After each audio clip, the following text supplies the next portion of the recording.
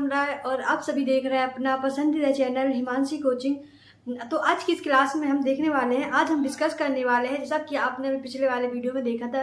पिछले वाले वीडियो में क्या क्या देख लिया था, अपने मनोविज्ञान के बारे में थोड़ा डिस्कस किया हुआ था, उसके परिवार समझी थी, उसका मतलब समझा था कि जो मनोविज्ञान होता है इसका मतलब क्या होता है, और साथ ही अपन ने देखा था कि इसकी हिस्ट्री भी थोड़ी अपन ने जानने की कोशिश की थी।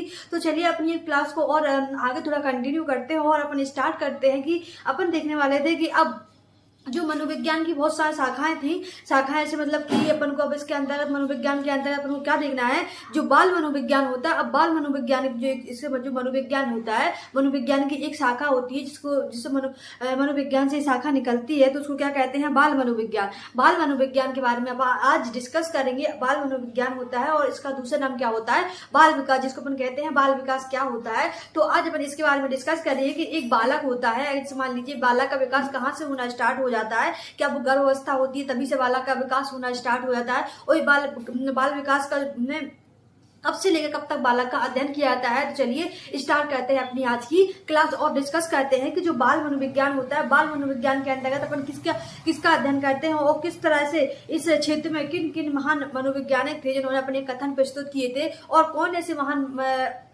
मनोवैज्ञानिक थे जिन्होंने बाल मनोविज्ञान का आधा मतलब नींव रखी हो, किसको इसका जनक कहा जाता है। तो चलिए स्टार्ट करते हैं अपनी क्लास। आई होप आप सभी बच्चों ने अपनी पिछली वाली वीडियो देख ली होगी, पिछली वाली क्लास का रिवीजन कर लिया होगा, आपको समझ में आ गया होगा जो मनोविज्ञान के बारे में अपन ने समझा था कि जो मनोविज्ञान होता है, पहले इसको मनोविज्ञान के नाम से नहीं जानते थे, पहले अपन इसको दर्शन शास्त्र के रूप में समझते थे कि जो मनोविज्ञान है, आज अपन इसको मनोविज्ञान कहते हैं, पहले इसको दर्शन शास्त्र के रूप में इसको जाना जाता था। इसमें और क्या होता था, इसमें अपन आत्मा का अध्ययन करते थे। इसके जो दर्शन शास्त्र मनोवैज्ञानिक थे जिनका नाम था अरस्तु, इन्होंने कहा था कि जो मनोविज्ञान होता है मतलब अर्थात दर्शन शास्त्र होता है, इसमें क्या होता था, इसमें आत्मा का अध्ययन किया जाता था। मतलब उन्होंने कहा था कि जो मनोविज्ञान है कैसा विज्ञान है, आत्मा का विज्ञान है। इस तरह से अपन ने सारी हिस्ट्री समझ ली थी, कौन से मनोविज्ञानिक, फिर अरस्तु आया, अरस्तु के बाद पेम्पोलॉजी आया, पेम्पोलॉजी के बाद फिर विलियम बोन्स आया, जिनको अपन आधुनिक मनोविज्ञान का जनक कहते हैं। मतलब अपन ने इस तरह अपनी हिस्ट्री को पूरा समझ लिया था। तो चलिए स्टार्ट करते हैं अपना आज का जो टॉपिक है, अपन अब इसको समझना स्टार्ट करते हैं कि जो मनोविज्ञान की एक शाखा होती है इसको बोलते हैं बाल मनोविज्ञान। अब बाल मनोविज्ञान के बारे में अपन डिस्कस करते हैं। तो क्या बाल मनोविज्ञान क्या होता है, और अब इसको समझते हैं कि बाल मनोविज्ञान, ठीक है। तो क्या सीखना है अपन को, बाल मनोविज्ञान, बाल मनोविज्ञान। तो सबसे पहले बाल मनोविज्ञान क्या होता है, बाल मनोविज्ञान में क्या होता है, किसका अध्ययन करते हैं। तो आप सभी को मैं बता देना चाहती हूँ कि जो बाल मनोविज्ञान होता है उसमें 0 से लेकर, कहाँ से लेकर, 0 से लेकर 18 वर्ष तक के, कहाँ तक के लेकर 0 वर्ष से लेकर 18 वर्ष तक के बालकों का जब अध्ययन करते हैं, अपन बालकों के व्यवहार के बारे में समझते हैं, उसको ही क्या कहते हैं, उसको कहते हैं अपन बाल मनोविज्ञान। और इसका दूसरा नाम क्या है, इसका दूसरा नाम और क्या है, इसका क्या नाम कहते हैं अपन, बाल विकास, ठीक है। क्या नाम देते हैं अपन इसको, बाल विकास, ठीक है। क्लियर हुआ। तो जो बाल विकास होता है, बाल मनोविज्ञान होता है, अपन इसके बारे में थोड़ा समझते हैं कि जो बाल विकास है इसको अपन क्या कहते हैं, कैसे पहचाने कि जो बाल विकास है, बाल विकास के अंतर्गत अपन किसका अध्ययन करते हैं। तो जैसा कि आप सभी ने देखा होगा, आप सभी पता चल गया होगा कि जो मनोविज्ञान होता है, मनोविज्ञान के अंदर किसका अध्ययन करते हैं, अपन व्यवहार का अध्ययन करते हैं। तो व्यवहार के अंतर्गत जो अपन इसकी अपन ने एक शाखा ली है, मतलब एक यूनिट ली है, जिसका नाम क्या है, बाल मनोविज्ञान। तो बाल मनोविज्ञान के अंतर्गत बालक के अध्ययन का, जो बालक व्यवहार करता है, विभिन्न प्रकार की क्रियाएं करता है, अपन उसका अध्ययन करने के लिए क्या आया, मनोविज्ञान में एक शाखा जोड़ी गई जिसको क्या बोलते हैं, बाल मनोविज्ञान बोलते हैं। तो इसको क्या नाम दे दिया, क्या दे दिया नाम, बाल मनोविज्ञान इसको कहने लगे। तो बाल मनोविज्ञान में कहाँ तक के बच्चे आते हैं, 0 से लेकर 18 वर्ष तक जितने ही बच्चे आते हैं उनके व्यवहार का अध्ययन करना ही क्या कहलाता है, बाल मनोविज्ञान कहलाता है। तो आप सभी को इतना क्लियर हो गया होगा कि जो बाल मनोविज्ञान होता है, बाल मनोविज्ञान के अंतर्गत अपन किसका अध्ययन करेंगे। तो बाल मनोविज्ञान के अंतर्गत अपन 0 से लेकर 18 वर्ष तक के जो बालक रहेंगे इनको क्या कहेंगे, अब इन बच्चों का अपन क्या करेंगे, इनके बच्चों के व्यवहार का अध्ययन करेंगे, तो उसको क्या कहेंगे, बाल मनोविज्ञान कहेंगे। अब बाल मनोविज्ञान जो अपन ने वर्ष देखे 0 से लेकर 18 माह तक के जो वर्ष देखे, अब इन वर्षों को अपन छोटे छोटे भागों में विभाजित कर देते हैं। जैसे कि जब 0 माह में होता है, जैसे बच्चे जब गर्भ में होता है तो क्या होते हैं, जो तो 0 माह से लेकर मतलब गर्भावस्था से लेकर किशोरावस्था तक के, फिर से सुनिए, गर्भावस्था से लेकर किशोरावस्था तक के बच्चों का अध्ययन करना क्या कहलाता है? बाल मनोविज्ञान कहलाता है। तो चलिए अब देखते हैं अपन इसके बारे में थोड़ा देखते हैं, क्या देखते हैं बाल मनोविज्ञान की थोड़ी सी हिस्ट्री जानते हैं। कौन से महान वैज्ञानिक थे जिनको बाल मनोविज्ञान का जनक कहते हैं, कि या फिर पहले किन्होंने वैज्ञानिक रूप से तथ्य प्रस्तुत की थे। अब अपन इसको डिस्कस करते हैं। तो एक जैसा कि बाल मनोविज्ञान की अपन डेफिनेशन क्या लिख सकते हैं, यहाँ पे क्या लिख सकते हैं? बाल विकास। ठीक है, बाल विकास कैसा होता है? बाल विकास में किसका अध्ययन किया जाता है? बाल मनोविज्ञान क्या होता है? तो बाल मनोविज्ञान होता है, कैसा होता है? जिसमें 0 से लेकर, तो यहाँ पे लिखो बाल मनोविज्ञान, बाल मनोविज्ञान, बाल मनोविज्ञान, मनोविज्ञान, मनोविज्ञान की वह शाखा है जिसमें गर्भावस्था से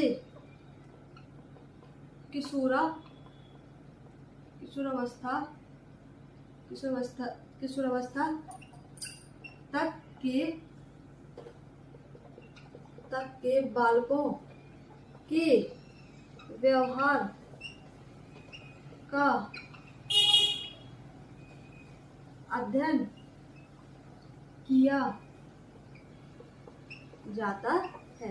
जो अपन ने इसकी परिभाषा डेफिनेशन क्या निकल के आई यहाँ पे, कि जो बाल मनोविज्ञान होता है, मनोविज्ञान की वह शाखा होता है, क्या होता है? जो बाल मनोविज्ञान होता है, मनोविज्ञान की वह शाखा होती है जिसमें क्या होता है? जिसमें गर्भावस्था से किशोरावस्था तक के बालकों की व्यवहार का अध्ययन किया जाता है। क्या कहलाता है? बाल मनोविज्ञान कहलाता है या बाल विकास कहलाता है। अब बाल विकास क्या होता है, अब इसके बारे में थोड़ा सा डिस्कस करते हैं। तो जो बाल मनोविज्ञान की अपने क्या देख ली, परिभाषा देख ली, डेफिनेशन देख ली। अब समझते हैं कि जो बाल मनोविज्ञान के बारे में पहले कथन कौन से मनोवैज्ञानिक ने दिया था। तो एक नाम था जिनका नाम था बर्ग नाम था, एक बर्ग नाम के मनोवैज्ञानिक थे, जिन्होंने सर्वप्रथम बाल मनोविज्ञान को क्या किया था? परिभाषित किया था। मतलब कुछ इसके बारे में कुछ अपने कथन व्यक्त किए थे। किसने किए थे? कर्क नामक मनोवैज्ञानिक थे, जिन्होंने क्या किया था? बाल मनोविज्ञान के बारे में कुछ अपने कथन प्रस्तुत किए थे। लेकिन आप सभी पता होगा, लेकिन इन जो मनोवैज्ञानिक थे, इन्होंने अपने जो कथन प्रस्तुत किए थे या तथ्य दिए थे, वो वैज्ञानिक रूप से सही नहीं थे। मतलब इन्होंने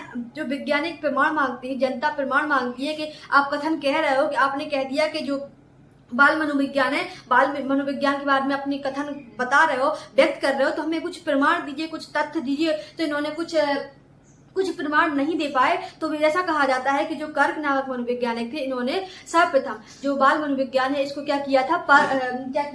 परिभाषित किया था। तो आई होप आप सभी ने परिभाषा नोट कर ली होगी, क्योंकि ये परिभाषा आपके लिए बहुत ही इंपॉर्टेंट है। क्योंकि जब आपके एग्जाम में बाल मनोविज्ञान की परिभाषा लिखने के लिए आएगा, तो आप इस तरह से अगर उसको लिख के कॉपी में अपने इस तरह से इसको लिखोगे, डिफाइन करोगे, तो आप जितने नंबर की आपकी जो परिभाषा आएगी, जैसे मान लीजिए 2 नंबर की या 5 नंबर की, तो यकीन मानिए प्यारे बच्चों, आपका एक भी नंबर इसमें नहीं कटेगा। ठीक है, तो अब देखते हैं कि थोड़े इसके बाल मनोविज्ञान की थोड़ी क्या हिस्ट्री जानते हैं, कि सबसे प्रथम बाल मनोविज्ञान जो शब्द है किसके द्वारा व्यक्त किया गया था। ठीक है, तो सबप्रथम पहले कौन से एक वैज्ञानिक आए जिनका नाम था, ठीक है, तो कौन से वैज्ञानिक आए जो सर्वप्रथम कौन से मनोवैज्ञानिक आए? बर्ग नाम जो मनोवैज्ञानिक कौन आए, कौन से बर्ग?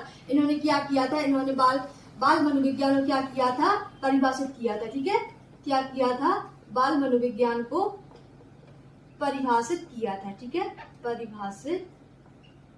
परिभाषित किया, परिभाषित तो कर दिया, लेकिन इन्होंने कुछ तथ्यपूर्ण मतलब वैज्ञानिक आधार पर कुछ कथन नहीं कह पाए। इसलिए फिर इनके बाद एक और वैज्ञानिक आते हैं जिनका नाम है क्या नाम है? पेस्टालॉजी। कौन सा? पेस्टालॉजी। अब पेस्टालॉजी नामक वैज्ञानिक आए, मनोवैज्ञानिक आए। अब इन्होंने वैज्ञानिक आधार पर जो बाल मनोविज्ञान के बारे में इन्होंने कथन कहे, और इन्होंने कहा कि कब से बाल मनोविज्ञान का कब से प्रारंभ माना जाता है? 18वीं सदी से।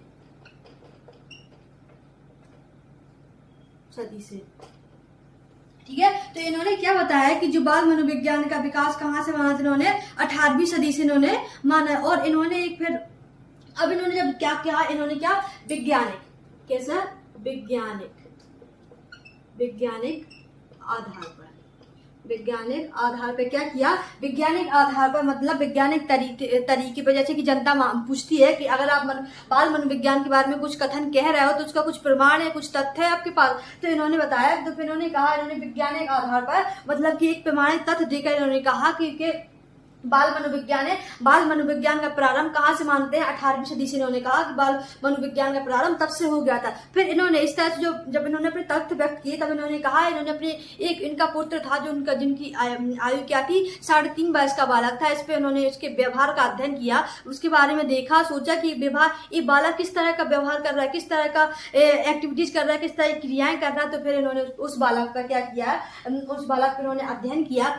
कौन से वैज्ञानिक ने किया, जो पेस्टोलॉजी नामक मनोवैज्ञानिक थे, इन्होंने अपने 3.5 वर्ष के बालक पर अध्ययन किया और इनके आधार पर फिर उन्होंने क्या प्रस्तुत किए, इन्होंने तथ्य दिए और बताया कि जो बाल मनोविज्ञान है, बाल मनोविज्ञान की प्रारंभ कहाँ से हो गया था, 18वीं सदी से इसका प्रारंभ माना जाता है। तो फिर क्या कहा जाता है, तो फिर इसी के आधार पर जो पेस्टोलॉजी नामक मनोवैज्ञानिक थे, इन्होंने बाल मनोविज्ञान के क्षेत्र में फिर एक पुस्तक लिखी थी, इसका नाम है बेबी बायोग्राफी। तो आपके एग्जाम में ऐसा क्वेश्चन आता है कि बेबी बायोग्राफी पुस्तक किस मनोवैज्ञानिक के द्वारा प्रस्तुत की गई थी या लिखी गई थी। तो आप लोग बता पाओगे कि जो बेबी बायोग्राफी है, क्या है, बेबी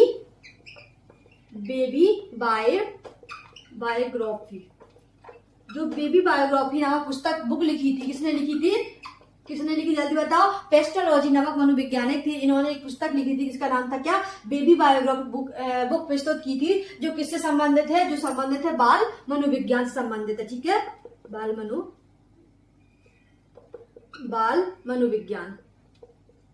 मनोविज्ञान से संबंधित है। ठीक है, क्लियर हुआ। तो इसी प्रकार पर एक और मनोवैज्ञानिक आते हैं, फिर जिनका क्या नाम है, इनका नाम है स्टेनली हॉल। स्टेनली हॉल ने फिर कौन से आते हैं, स्टेनली हॉल।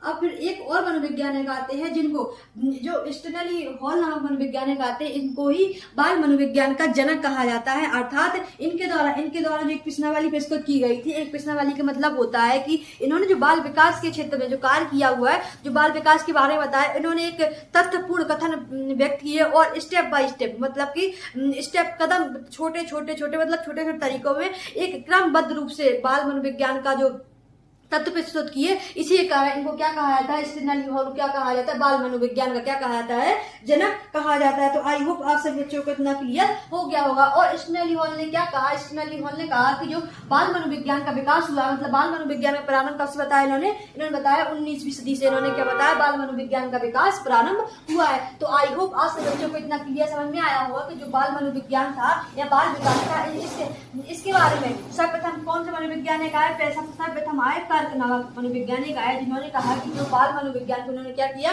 इन्होंने बाल मनोविज्ञान को क्या किया, परिभाषित किया। फिर इसके बाद दूसरे मनोवैज्ञानिक आए, जिनका नाम था पेस्टोलॉजी ने बताया कि बाल मनोविज्ञान का विकास कब से हुआ है, 18वीं शताब्दी से इसका प्रारंभ हुआ है। और इसी के साथ इन्होंने वैज्ञानिक आधार पर बाल मनोविज्ञान को तत्व प्रस्तुत किए, मतलब उन्होंने साक्ष्य के साथ क्या किया, बाल मनोविज्ञान को परिभाषित किया। बाल मनोविज्ञान को परिभाषित करने के लिए इन्होंने क्या लिया, अपने 3.5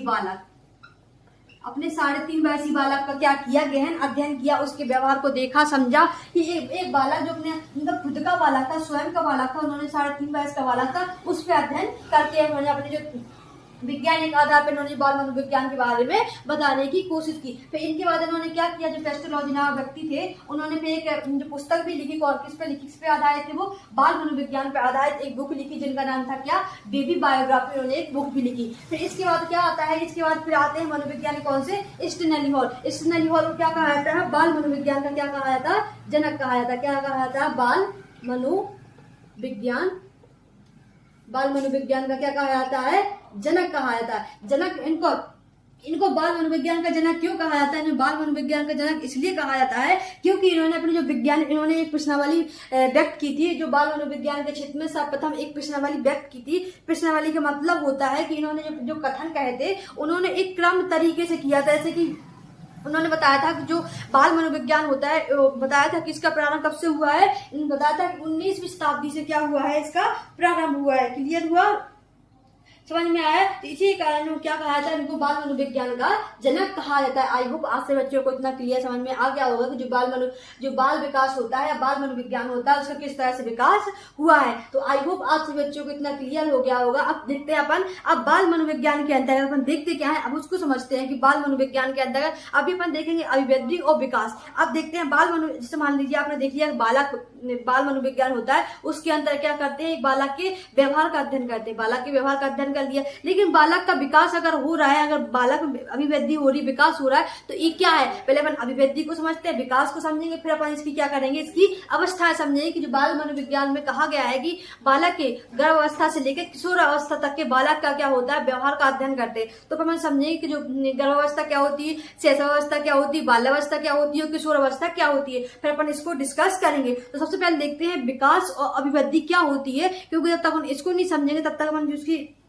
जो अवस्था है, इन अवस्थाओं में जो विकास होगा, अभिवृद्धि होगी, अपन उसको नहीं समझ पाएंगे। तो चलिए स्टार्ट करते हैं। क्या स्टार्ट करते हैं, अब अपन विकास और अभिवृद्धि को समझने की कोशिश करते हैं। ठीक है, क्या समझ रहे हैं, क्या अभिवृद्धि, क्या समझ रहे हैं,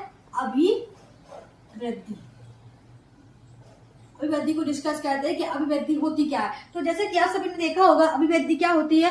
आप सभी ने कभी अपने जैसे आपके घर में कोई बच्चा होगा या कोई, आप खुद से एग्जांपल ले लीजिए, खुद के बारे में थोड़ा आपको खुद के बारे में खुद नॉलेज होगा। जैसे मान लीजिए एक बच्चा है, एक बच्चा जब जन्म लेता है तो आपने देखा कि वो 1 महीने में जब जन्म लेता है, जिस दिन उसका जन्म होता है, तब उस बच्चे का आकार कितना सा होता है, उसके हाथ पैर उंगली, उसका फेस, उसका चेहरा, उसका जो मतलब कितने छोटे छोटे पार्ट होते हैं, देखा कभी आपने। फिर अब आप सभी फिर उसी बच्चे को 1 महीने बाद देखोगे तो उसमें क्या हो रहा है, फिर उसके हाथ उंगलियां पैर थोड़े थोड़े उसका विकास होने लगे, मतलब थोड़ा थोड़ा उसमें क्या हो, परिवर्तन होगा। फिर इसके बाद आप जब उस बच्चे को 1 साल बाद देखोगे तो क्या आपको क्या नजारा दिखेगा कि आप देख पाओगे कि बच्चे का थोड़ा और विकास हो गया। अब उसके बच्चे की हाइट बढ़ गई, उसके थोड़े हाथ पैर मोटे हो गए, इस तरह उसमें आप विकास देख रहे हैं, उसमें वृद्धि देख रहे हैं। तो जब बच्चे में इस तरह का जो उसके शारीरिक रूप में उसका परिवर्तन हो रहा है, मतलब उसके शारीरिक अंगों में परिवर्तन आप देख पा रहे हैं, उसी को क्या कहते हैं, अभी अपन कहते हैं अभिवृद्धि। मतलब कहने का तात्पर्य ये है कि जब आप एक बालक को देखोगे, ऑब्जर्व करोगे, एक बालक को तो सभी लोग देखते होंगे, आई होप आप सब बच्चे उस बालक के बारे में देखते होंगे, और आप सभी लोगों ने बालक को देखा भी होगा, पर इतने ध्यान से उस पर मतलब इतना सोचा नहीं होगा, विचार नहीं किया होगा कि जो अपन इस बच्चे में जो परिवर्तन हो रहा है, इसको जो सारे अंगों में परिवर्तन हो रहा है, इसको अपन क्या कहते हैं, इसको अपन क्या कहते हैं, अभिवृद्धि कहते हैं। किसको, जो मनोविज्ञान की भाषा में क्या कहते हैं, इसको अभिवृद्धि कहते हैं, लेकिन बोलचाल की भाषा में क्या कहते हैं, इसको अपन वृद्धि कहते हैं। कि एक बालक के जो शारीरिक अंगों में विकास हो रहा है, कि जब उसका जन्म होता है, एक बालक का जन्म होता है, तब उसके भार में क्या, मान लीजिए वो 2 किलो का हुआ, 2.5 किलो का हुआ, 3 किलो का हुआ। लेकिन जब अपन उस बच्चे को 1 महीने बाद देखेंगे तो उस बच्चे का वजन बढ़ जाता है, कभी 4 किलो का हुआ, तो 5 किलो का हुआ, तो 6 किलो का होता है। तो मतलब इस तरह जब बच्चे का जो धीरे धीरे विकास होता है, उसको क्या कहते हैं, उसमें उसके जो शारीरिक अंगों में परिवर्तन हो रहा है, उसको क्या कहते हैं, अपन अभिवृद्धि कहते हैं। मतलब कहने का तात्पर्य ये होता है कि जो अभिवृद्धि होती है, जो बालक के शारीरिक अंगों में, जब उसके शारीरिक अंगों में परिवर्तन होता है या शारीरिक अंगों में जो विकास होता है, मतलब उसके जो क्षेत्र में विकास होता है, उसको क्या कहते हैं, अपन अभिवृद्धि कहते हैं। तो अभिवृद्धि क्या है, अभिवृद्धि जो विकास होता है, विकास का एक क्या है, हिस्सा है। तो मतलब अपन यहाँ पे कह सकते हैं कि जो अभिवृद्धि क्या कहलाती है, शारीरिक अंगों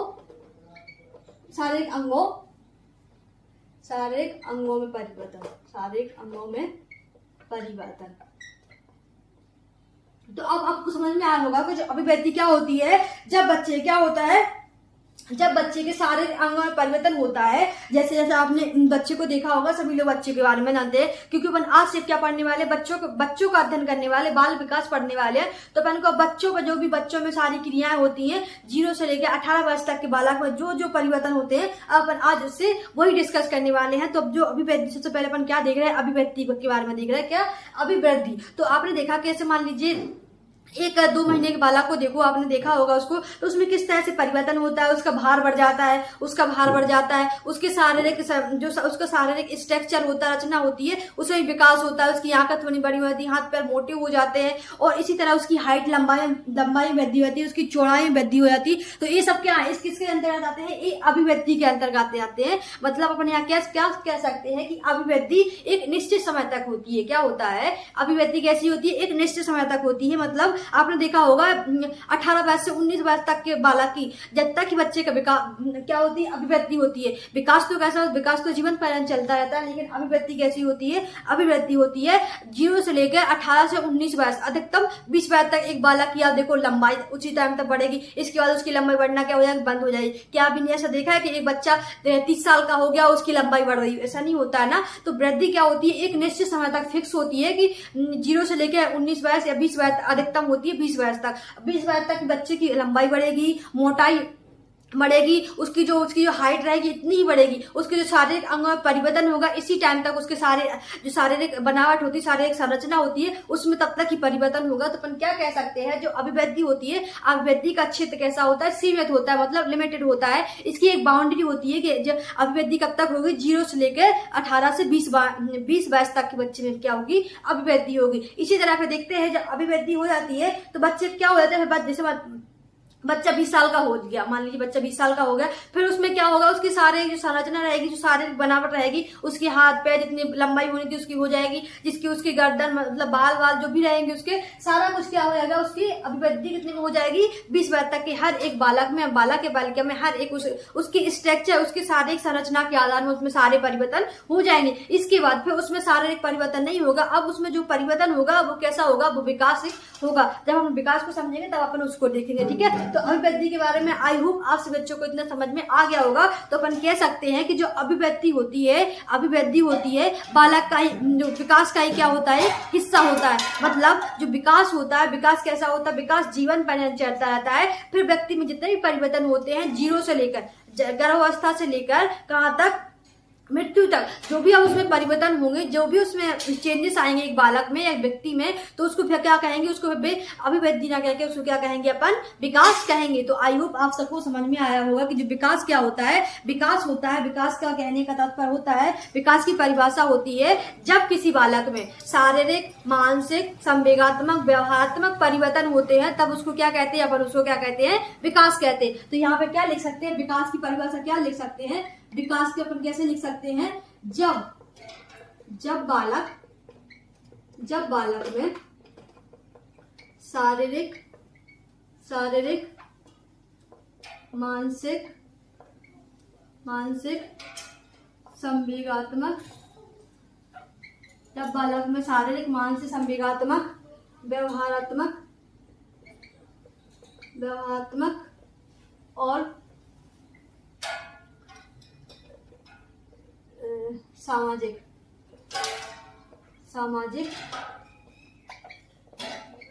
परिवर्तन होता है।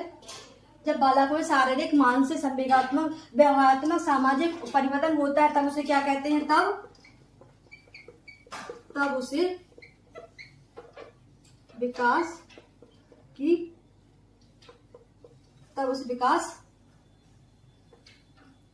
विकास के अंतर्गत रखा जाता है। मतलब कहने का तात्पर्य आपको यहाँ से स्पष्ट हो गया होगा कि जो अभिवृद्धि और विकास क्या होता है, कि अभिवृद्धि क्या होती है, अभिवृद्धि होती है एक उसका जैसा निश्चित क्षेत्र होता है। निश्चित क्षेत्र मतलब क्या होती है, 0 से लेकर कहाँ तक होगी, 18 वर्ष तक होती है। मतलब ठीक है, 18 वर्ष तक बच्चे में परिवर्तन होता है, उसके सारे परिवर्तन, मतलब उसकी कोशिकाएं, जो कोशिकाएं होती है शरीर के अंदर, जो कोशिकाएं होती है, जब उनमें विकास होता है, कहाँ से लेकर 0 से लेकर 18 वर्ष तक उनमें विकास होता है, तब उसको क्या कहते हैं, अभिवृद्धि कहते हैं। और जो विकास होता है, विकास कैसा होता है, कहाँ से लेकर, गर्भावस्था से लेकर मृत्यु तक जो भी परिवर्तन होता रहता है, उसको अपन किसके अंतर्गत रखेंगे, उसको अपन विकास के अंतर्गत रखेंगे। तो आई होप आज से बच्चों के एग्जाम में अब ऐसा क्वेश्चन आता है कि विकास और अभिव्यक्ति में अंतर व्यक्त कीजिए, अंतर को लिखिए। तो अब आप उसको लिख सकोगे कि अभिव्यक्ति क्या होती है, अभिव्यक्ति विकास के अंतर्गत ही आती है। अर्थात कहने का मतलब होता है जो अभिव्यक्ति का क्षेत्र होता है वो सीमित होता है, मतलब कि संकीर्ण होता है, लिमिटेड होता है। और जो विकास होता है, विकास का क्षेत्र कैसा होता है, विस्तृत होता है। मतलब विकास के अंदर क्या आता है, सामाजिक विकास आता है, शारीरिक विकास आता है, संवेगात्मक विकास आता है, व्यवहारात्मक विकास आता है और सामाजिक विकास आता है। लेकिन अभिव्यक्ति के अंतर्गत, अभिव्यक्ति के अंदर कौन सा विकास आता है, सिर्फ शारीरिक विकास आता है, मतलब शारीरिक संरचना में परिवर्तन होता है, जो शरीर होता है, जो सारी बॉडी होता है, बॉडी स्ट्रक्चर होता है, सब उसमें ही परिवर्तन आता है। इसके अलावा इसके अंदर कोई को शामिल नहीं किया जाता। तो आई होप आज से बच्चों को इतना क्लियर समझ में आ गया होगा। ठीक है, चलिए तो समझते हैं क्या विकास और अभिव्यक्ति में क्या समझते हैं अपन, अंतर समझते हैं। आपके जो एग्जाम में आता क्वेश्चन आता है, अभी पिछली बार जो पेपर हुआ था उसमें दिया गया था कि विकास और अभिव्यक्ति में अंतर स्पष्ट कीजिए, उसके अंतर लिखिए। तो अपन को 5 ऐसे अंतर से देखना है कि विकास और जो अभिव्यक्ति होती है इसमें 5 ऐसे क्या डिफरेंस है। तो सबसे पहले तो मैंने क्या बताया कि जो अभिव्यक्ति होती है, अभिव्यक्ति क्या होता है, अभिव्यक्ति का क्षेत्र कैसा होता है, अभिव्यक्ति का क्षेत्र कैसा होता है, अभिव्यक्ति का क्षेत्र कैसा होता है, क्षेत्र कैसा होता है, सीमित होता है। सीमित का मतलब क्या होता है, सीमित का मतलब होता है कि एक निश्चित समय होता है। निश्चित समय क्या होता है, 0 से लेकर, समय में बताया कि 0 से लेकर 18 या 19 वर्ष तक एक बच्चे को शारीरिक परिवर्तन होता है, शारीरिक जो स्ट्रक्चर होता है उसमें तब तक ही परिवर्तन होता है। इसके बाद आप सभी ने कभी नोटिस नहीं किया होगा कि इसके बाद कोई बच्चे परिवर्तन नहीं होता है, शारीरिक परिवर्तन पे उसका बंद हो जाता है। उसका शारीरिक परिवर्तन कैसा होता है, रुक जाता है, शारीरिक परिवर्तन नहीं होता उसका। तो इसको कह सकते हैं। तो अभिव्यक्ति के अंदर अपन क्या देखते हैं, इसको इसके अंदर क्या आता है, शारीरिक कैसा आता है, किसका अध्ययन करते हैं, शारीरिक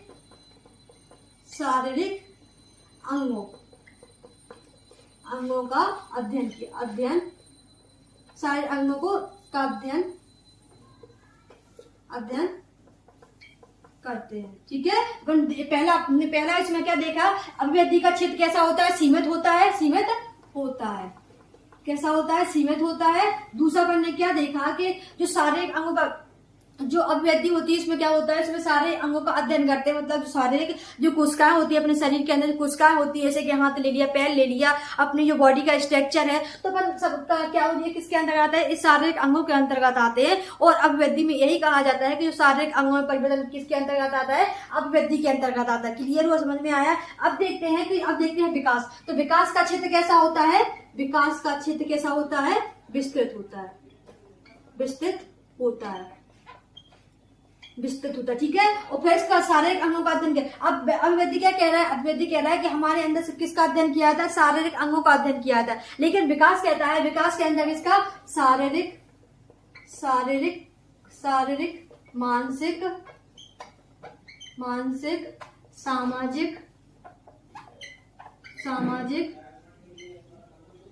और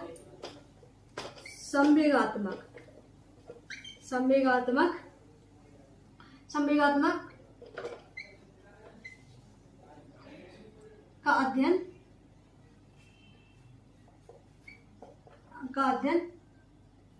किया जाता है। मतलब विकास के अंदर क्या क्या आता है, विकास की क्या क्या आता है, शारीरिक आता है, मानसिक आता है, सामाजिक आता है और संवेगात्मक आता है। इसके अंदर इसका अध्ययन किया जाता है, किसके अंदर, विकास के अंतर्गत। अब विकास कैसा होता है, अभिव्यक्ति कैसी होती है, अभिव्यक्ति की संरचना कैसी होती है, अभिव्यक्ति की रचना कैसी होती है, रेखीय होती है।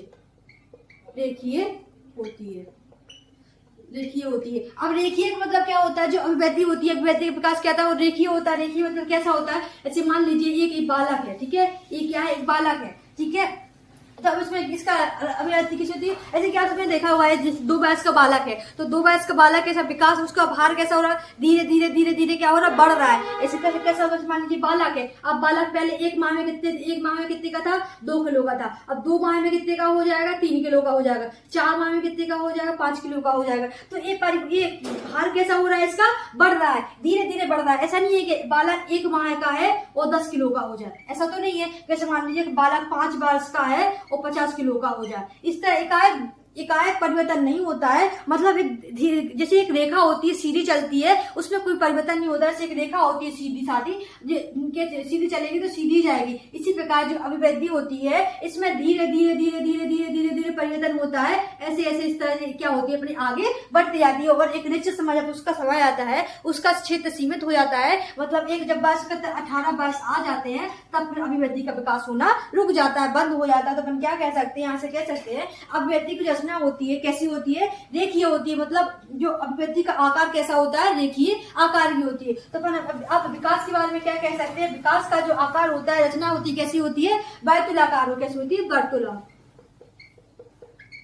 कैसी होती है, बर्तुलाकार। अब बर्तुलाकार का मतलब क्या होता है कि जब पहले विकास, तो क्या देखा कि जो विकास होता है, विकास का आकार कैसा होता है, इसकी संरचना कैसी होता है, विकास कैसा होता है, वर्तुलाकार होता है। वर्तुलाकार का मतलब कैसा होता है, जैसे मान लीजिए विकास कहाँ पे है, यहाँ से विकास, जैसे बच्चे का विकास 0 माह का मतलब गर्भावस्था में जब बच्चा, ठीक है। अब आपने देखा होगा बच्चे का विकास कहाँ से, गर्भावस्था से बच्चे का विकास होना स्टार्ट हो जाता है। जब बच्चे का एक माँ के गर्भ में आता है, जब गर्भ से बच्चा हो जाता है, जब गर्भ में बच्चा हो तभी से आपने देखा होगा उसमें देखो धीरे धीरे धीरे धीरे उसमें विकास होता रहता है। विकास कैसे होता है, अब देखो कई विकास फिर तेजी से होता है, कई विकास फिर धीरे धीरे धीरे धीरे धीरे धीरे होता है, फिर विकास का एकाएक तेज हो जाता है, फिर विकास कैसे हो, धीरे धीरे धीरे इस तरह से क्या होता जाता है, विकास बढ़ते जाता है। ऐसा नहीं होता, विकास एक निश्चित क्रम में नहीं होता है कि विकास ये चल रहा है, विकास होगा लेकिन कैसे होगा, एक निश्चित धीरे धीरे धीरे धीरे बच्चे में विकास होता है। पहले शारीरिक विकास हुआ, शारीरिक विकास होने के साथ साथ मानसिक विकास होता है। जैसे कि मान लीजिए बच्चा गर्भ में सिर्फ उसका मानसिक विकास नहीं होता, सब क्या होता है, शारीरिक विकास होता है। शारीरिक विकास कैसे, पहले बच्चे के हाथ पैर जो भी सिर पूरा स्ट्रक्चर, बॉडी का पूरा उसका स्ट्रक्चर कहाँ से बन जाता है, उसका गर्भावस्था में उसका बन जाता है। तो अपन क्या देखते हैं, बच्चे कैसा होता है, बच्चे का विकास कैसे होता है, धीरे धीरे वर्तुलाकार होता है। पहले शारीरिक विकास हो रहा है, फिर उसके साथ शारीरिक विकास के साथ मानसिक विकास हो जाएगा। जब बच्चे का जन्म हो जाएगा तो फिर मानसिक विकास के साथ साथ उसको सामाजिक विकास होने लगेगा, सामाजिक विकास के साथ साथ क्या होने लगा, संवेगात्मक विकास होने लगेगा। तो इस तरह एक बच्चे का विकास किस तरह से होता है, वर्तुलाकार होता है। तो आई होप आप सब बच्चों को ये समझ में आया होगा, डिफरेंस समझ में आया होगा कि जो विकास और अभिवृद्धि होती है इसमें डिफरेंस क्या है। क्या तो अपन यहाँ से स्पष्ट भाषा में कह सकते हैं, स्पष्ट भाषा में समझा सकते हैं कि जो विकास होता है, विकास कैसा होता है, विकास गर्भावस्था से लेकर जन्म मृत्यु तक चलता रहता है, निरंतर चलता रहता है। विकास कभी भी रुकता नहीं है, भले इसका क्या हो जाए, इसका विकास बहुत धीरे धीरे स्लोली होगा, लेकिन क्या होगा, रुकेगा कभी नहीं। कभी वैसा नहीं होगा कि विकास बंद हो गया, अब बच्चे का कोई सीख नहीं रहा है। जैसे कि मान लीजिए कोई व्यक्ति होता है, कोई व्यक्ति अगर उसने पढ़ाई छोड़ दी, तो इसका मतलब ये नहीं है कि उसने पढ़ाई छोड़ दी तो उसका विकास होना बंद हो जाएगा। विकास कई तरह से, विकास का कैसा होता है, विस्तृत होता है। अगर बच्चा कुछ भी सीख रहा है, कुछ भी काम कर रहा है, तो मतलब उसका विकास हो रहा है। लेकिन अभिवृद्धि कैसी होती है, अभिवृद्धि एक निश्चित सीमित समय के लिए होती है। अगर उस टाइम तक व्यक्ति की बच्चा होता है, बालक होता है, उसका अभिवृद्धि हो गई तो हो गई, नहीं तो फिर उसके बाद उसकी अभिवृद्धि होना बंद हो जाएगी। ये वयस कब तक निश्चित होता है, ये वयस होता है 0 से लेकर 18 से 19 माह तक वयस तक का होता है। जब तक क्या होता है, एक बच्चे की अभिवृद्धि होती है, मतलब उसकी शारीरिक संरचना होती है, तब तक उसकी जो स्ट्रक्चर होता है, उसकी बनावट होती है, तभी तक उसमें विकास होता है, तभी तक उसके हाथ पैर बन जाते हैं, आंख नाक कान ये सब कुछ उसका विकास हो जाता है, पूरी बॉडी का स्ट्रक्चर उसका कंप्लीट हो जाता है। इसके बाद फिर उसकी बॉडी में कोई भी चेंजेस, कोई परिवर्तन नहीं हो सकते हैं। फिर इसी तरह सब क्या देखते हैं, फिर इसमें दूसरा अंतर क्या बताया गया है कि शारीरिक जो अभिवृद्धि होती है, जो बता दिया मैंने। फिर देखिए इसकी रचना के बारे में देखा कि जो अभिवृद्धि होती है इसकी उसका आकार कैसा होता है, तो रेखीय होता है, मतलब एक निश्चित क्रम तक चलेगी। जैसे एक रेखा कैसे होती है, सीधी होती है,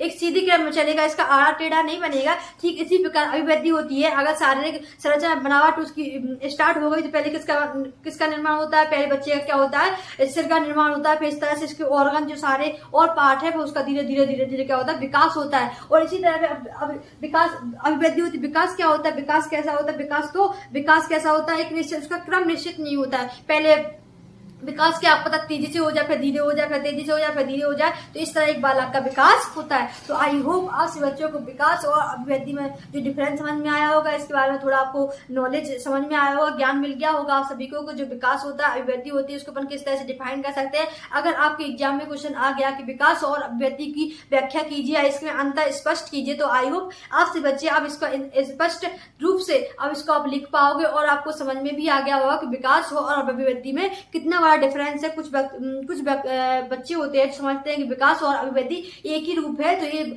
एक रूप नहीं है, इनका